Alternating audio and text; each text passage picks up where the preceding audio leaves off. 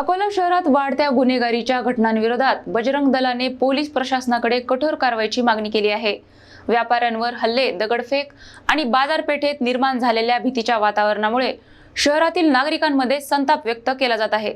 अकोला शहरात मागील काही दिवसांपासून घडत असलेल्या विविध गुन्हेगारी घटनांमुळे व्यापारी आणि नागरिकांमध्ये भीतीचे वातावरण निर्माण झाले आहे। या पार्श्वभूमीवर बजरंग दल आणि विश्व हिंदू परिषदेकडून जिल्हा पोलीस अधीक्षकांना निवेदने देत कठोर कारवाईची मागणी करण्यात आली आहे। मिळालेल्या माहितीनुसार भारत आणि न्यूझीलंड यांच्यातील T20 सामन्यानंतर हरिहरपेठ परिसरात फटाके फोडल्यावरून झालेल्या वादानंतर काही घरांवर दगडफेक आणि वाहनांची तोडफोड झाल्याची घटना घडली होती। त्यानंतर अलंकार मार्केटमध्ये कूलर चोरीच्या प्रकरणातून व्यापाऱ्यांवर हल्ला झाल्याचा प्रकारही समोर आला। तसेच सराफा बाजारातील पार्किंगच्या वादातून वाहनांची तोडफोड आणि व्यापाऱ्याला धमकावल्याचा व्हिडिओही सोशल मीडियावर व्हायरल झाला होता। या सर्व घटनांमुळे व्यापाऱ्यांमध्ये भीतीचे वातावरण निर्माण झाले असल्याचा आरोप निवेदनात करण्यात आला आहे। दरम्यान शहरातील अतिक्रमण, ट्रॅफिक समस्या आणि गुन्हेगारीच्या घटनांवर तातडीने नियंत्रण ठेवून दोषींवर कठोर कारवाई करावी, अन्यथा आंदोलन छेडण्याचा इशारा बजरंग दलाकडून देण्यात आला आहे।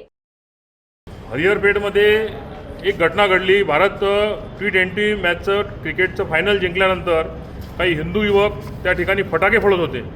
त्याचा काही लोकांना त्याची मिरची लागली आणि त्यांनी त्या युवकांवर दगडफेक केली, फटाके फोडणाऱ्यांवर दगडफेक केली, तिच्या हिंदू समाजाच्या घरासमोर असलेल्या कार फोडल्या, हिंदूंच्या घरावर दगडफेक केली।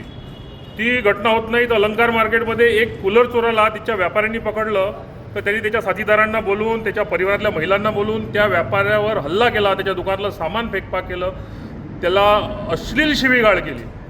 त्यानंतर ही घटना होत नाही। तिसरी घटना, काल एक व्हिडिओ व्हायरल झाला की सराफा गल्लीमध्ये रत्नेश ज्वेलर नावाच्या दुकानासमोर काही वाहन उभी होती, तिथं एक जेहादी आला, त्यांनी अतिक्रमणच्या म्हणजे पार्किंगच्या नावाखाली तिच्या वाहनांना लाथा मारल्या, ते वाहन तोडली, 7-8 वाहनांना लाथा मारल्या, ते वाहन खाली पाडली, नुकसान केलं। त्यानंतर व्यापारी दुकानात घुसून त्याच्या व्यापाऱ्याला बेदम मारहाण केली।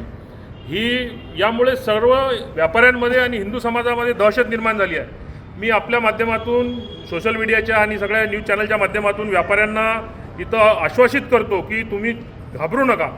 पोलीस तुमच्या मागे आहे।